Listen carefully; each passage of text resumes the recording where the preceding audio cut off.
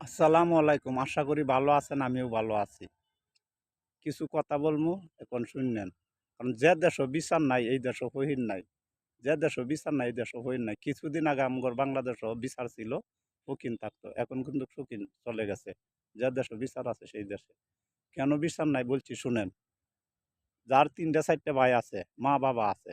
কিন্তু কষ্ট-মষ্ট করে একটা ভাইয়েরে বিদেশ পাঠায়, প্রবাসে পাঠায়, ভালো কথা পাঠায়। তো হ্যার মুখের ভাই ছায়া তাহে হ্যাঁ ১০,০০০, ২০,০০০, ৪০,০০০, ৫০,০০০ টাকা পাঠায় মাসে।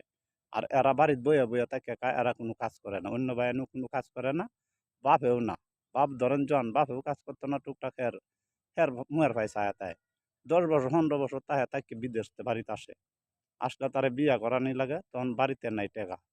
বিয়া করায় তারও লাগে অনেক দেরি। পরে মানুষের জিগায় যে হ্যাঁ না বিদেশ থেকে কি করছে, অনেক টেকা না কামাইছে। কয় ঋণ আছেন, ঋণ দেলাইছি, এমন হেমন এই সেই বলে।